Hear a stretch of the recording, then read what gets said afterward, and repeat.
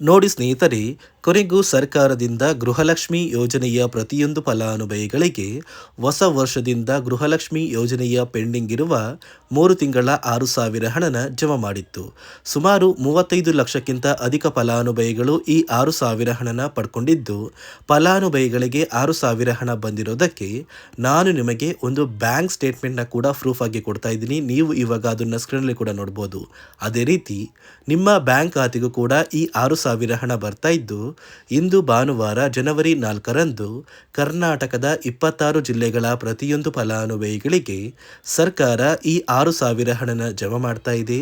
ನೀವು ಈ 6,000 ಹಣನ ಪಡಿಬೇಕು ಅಂದ್ರೂ ಕೂಡ ಹೊಸದಾಗಿ ಕೆಲವು ನಿಯಮಗಳನ್ನ ಕೂಡ ಸರ್ಕಾರ ಜಾರಿಗೆ ತಂದಿದ್ದು, ಆ ನಿಯಮಗಳು ಏನು ಅಂತ ಕೂಡ ತಿಳಿಸ್ಕೊಡ್ತೀನಿ. ಅದಕ್ಕಿಂತ ಮೊದಲು ನೀವೇನಾದ್ರೂ ಇನ್ನ ಕೂಡ ನನ್ನ ಚಾನಲ್ನ ಸಬ್ಸ್ಕ್ರೈಬ್ ಆಗಿಲ್ಲ ಅಂದ್ರೆ ದಯವಿಟ್ಟು ಪ್ರತಿಯೊಬ್ಬರು ಚಾನಲ್ನ ಸಬ್ಸ್ಕ್ರೈಬ್ ಮಾಡ್ಕೊಳ್ಳಿ, ಹಾಗೆ ವಿಡಿಯೋಗೆ ಒಂದು ಲೈಕ್ನ ಕೊಡಿ.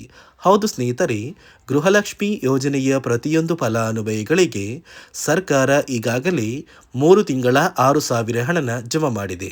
ಯಾಕಂದರೆ ಕಳೆದ 3 ತಿಂಗಳಿಂದ ಪೆಂಡಿಂಗ್ ಇರುವ ಹಣ ನಿಮ್ಮ ಬ್ಯಾಂಕ್ ಖಾತೆಗೆ ಬರಬೇಕಾಗಿತ್ತು. ಅಂದರೆ ಸೆಪ್ಟೆಂಬರ್, ಅಕ್ಟೋಬರ್ ಹಾಗೂ ನವೆಂಬರ್ ತಿಂಗಳ ಒಟ್ಟು 6,000 ಹಣ ಫಲಾನುಭವಿಗಳಿಗೆ ಸರ್ಕಾರ ಜಮಾ ಮಾಡಬೇಕಾಗಿತ್ತು.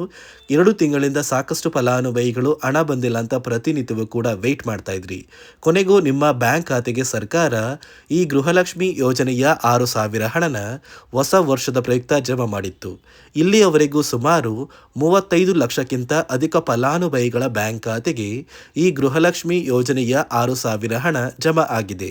ನಿಮ್ಮ ಬ್ಯಾಂಕ್ ಖಾತೆಗೂ ಕೂಡ ಜನವರಿ 4 ಭಾನುವಾರದಿಂದ ಈ ಗೃಹಲಕ್ಷ್ಮಿ ಯೋಜನೆಯ 24, 25 ಮತ್ತು 26ನೇ ಕಂತಿನ ಹಣನ ಸರ್ಕಾರ ಜಮಾ ಮಾಡ್ತಾ ಇದೆ. ಅದೇ ರೀತಿ ನೋಡಿ ಸ್ನೇಹಿತರೆ, ಗೃಹಲಕ್ಷ್ಮಿ ಹಣದ ಜೊತೆಗೆ ಕೂಡ ಸರ್ಕಾರ ರೇಷನ್ ಕಾರ್ಡ್ ಹೊಂದಿರುವ ಪ್ರತಿಯೊಂದು ಕಾರ್ಡ್ದಾರರಿಗೆ ಭರ್ಜರಿ ಗುಡ್ಡಿಸ್ನ ಕೂಡ ಕೊಟ್ಟಿದೆ.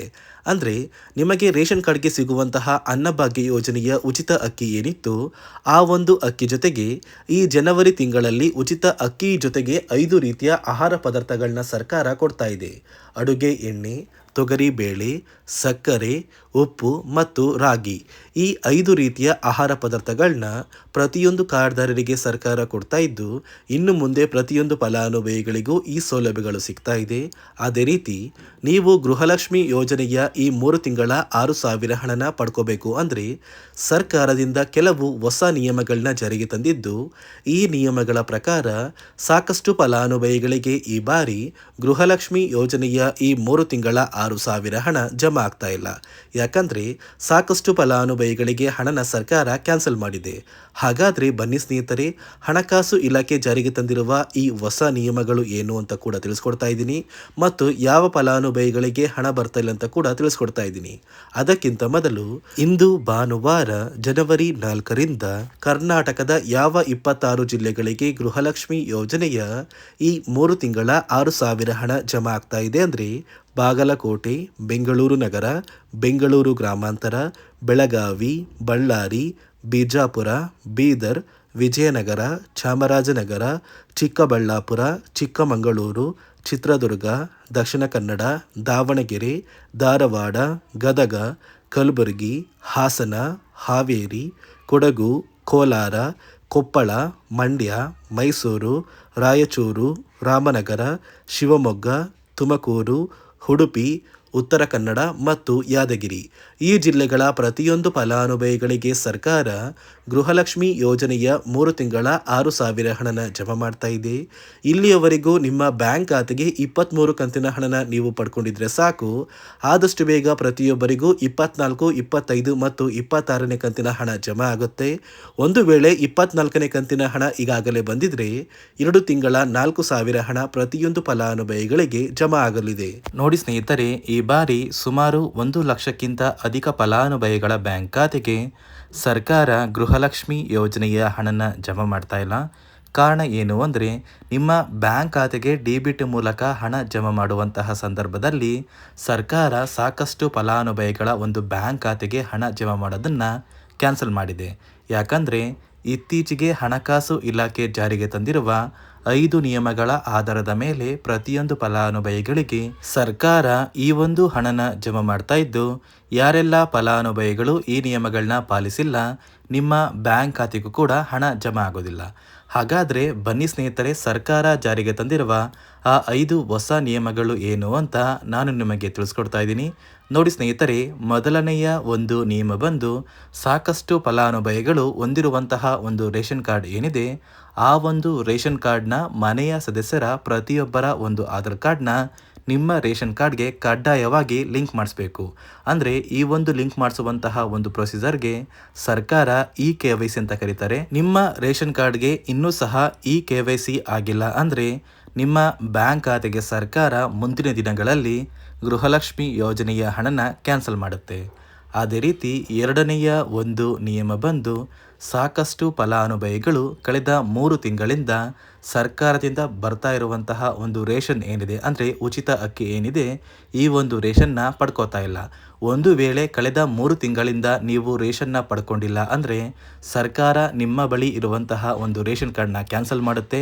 ನಿಮ್ಮ ರೇಷನ್ ಕಾರ್ಡ್ನ ಸರ್ಕಾರ ಕ್ಯಾನ್ಸಲ್ ಮಾಡಿದರೆ ನಿಮ್ಮ ಬ್ಯಾಂಕ್ ಖಾತೆಗೆ ಗೃಹಲಕ್ಷ್ಮಿ ಯೋಜನೆಯ ಹಣ ಇರ್ಬೋದು ಮತ್ತು ಸರ್ಕಾರದಿಂದ ಬರುವಂತಹ ಒಂದು ಸೌಲಭ್ಯಗಳನ್ನ ನೀವು ಕಳ್ಕೋಬೇಕಾಗುತ್ತೆ. ಅದೇ ರೀತಿ ಮೂರನೆಯ ಒಂದು ನಿಯಮ ಬಂದು ನೋಡಿ ಸ್ನೇಹಿತರೆ, ನಿಮ್ಮ ಬಳಿ ಇರುವಂತಹ ಒಂದು ಆಧಾರ್ ಕಾರ್ಡ್ ಏನಿದೆ, ಆ ಒಂದು ಆಧಾರ್ ಕಾರ್ಡ್ನ ಕಳೆದ 15 ವರ್ಷಗಳಲ್ಲಿ ನೀವು ಯಾವುದೇ ರೀತಿಯ ಒಂದು ತಿದ್ದುಪಡಿನ ಮಾಡಿಸಿಲ್ಲ ಅಂದರೆ ನಿಮ್ಮ ಬ್ಯಾಂಕ್ ಖಾತೆಗೆ ಸರ್ಕಾರ ಗೃಹಲಕ್ಷ್ಮಿ ಯೋಜನೆಯ ಹಣನ ಕ್ಯಾನ್ಸಲ್ ಮಾಡುತ್ತೆ. ಯಾಕಂದರೆ ಸರ್ಕಾರದಿಂದ ಬಂದಿರುವಂತಹ ಒಂದು ಆದೇಶದ ಪ್ರಕಾರ ಪ್ರತಿಯೊಂದು ಫಲಾನುಭವಿಗಳು ಕಳೆದ 15 ವರ್ಷಗಳಲ್ಲಿ ಯಾವುದೇ ರೀತಿಯ ಒಂದು ತಿದ್ದುಪಡಿನ ನಿಮ್ಮ ಆಧಾರ್ ಕಾರ್ಡ್ಗೆ ನೀವು ಮಾಡಿಸಿಲ್ಲ ಅಂದರೆ ಕಡ್ಡಾಯವಾಗಿ ಆದಷ್ಟು ಬೇಗ ನಿಮ್ಮ ಆಧಾರ್ ಕಾರ್ಡ್ಗೆ ತಿದ್ದುಪಡಿನ ಮಾಡಿಸಿ. ಅದೇ ರೀತಿ ನಾಲ್ಕನೆಯ ಒಂದು ನಿಯಮ ಬಂದು ನಿಮ್ಮ ಕುಟುಂಬದ ಒಂದು ವಾರ್ಷಿಕ ಆದಾಯ 7 ಲಕ್ಷಕ್ಕಿಂತ ಕಡಿಮೆ ಇರಬೇಕು. ಒಂದು ವೇಳೆ ನಿಮ್ಮ ಕುಟುಂಬದ ವಾರ್ಷಿಕ ಆದಾಯ 7 ಲಕ್ಷಕ್ಕಿಂತ ಜಾಸ್ತಿ ಇದ್ದರೆ ನಿಮ್ಮ ಬ್ಯಾಂಕ್ ಖಾತೆಗೆ ಸರ್ಕಾರ ಗೃಹಲಕ್ಷ್ಮಿ ಯೋಜನೆಯ ಹಣನ ಕ್ಯಾನ್ಸಲ್ ಮಾಡುತ್ತೆ. ಅದೇ ರೀತಿ ಐದನೆಯ ಒಂದು ನಿಯಮ ಬಂದು ನಿಮ್ಮ ಕುಟುಂಬದ ಸದಸ್ಯರು ಅಥವಾ ಗೃಹಲಕ್ಷ್ಮಿ ಯೋಜನೆಯ ಫಲಾನುಭವಿಗಳು ಯಾರು ಕೂಡ ಸರ್ಕಾರಿ ನೌಕರರಾಗಿ ಕಾರ್ಯನಿರ್ವಹಿಸ್ತಾ ಇರಬಾರ್ದು. ಒಂದು ವೇಳೆ ನಿಮ್ಮ ಕುಟುಂಬದಲ್ಲಿ ಯಾರೇ ಆಗಿದ್ರೂ ಸರ್ಕಾರಿ ನೌಕರರಾಗಿ ಕಾರ್ಯನಿರ್ವಹಿಸ್ತಾ ಇದ್ದರೆ ನಿಮ್ಮ ಬ್ಯಾಂಕ್ ಖಾತೆಗೆ ಗೃಹಲಕ್ಷ್ಮಿ ಯೋಜನೆಯ ಹಣ ಕ್ಯಾನ್ಸಲ್ ಆಗುತ್ತೆ. ಈ 5 ನಿಯಮಗಳ ಆಧಾರದ ಮೇಲೆ ಪ್ರತಿಯೊಂದು ಫಲಾನುಭವಿಗಳಿಗೆ ಸರ್ಕಾರ ಹಣ ಜಮಾ ಮಾಡ್ತಾ ಇದೆ.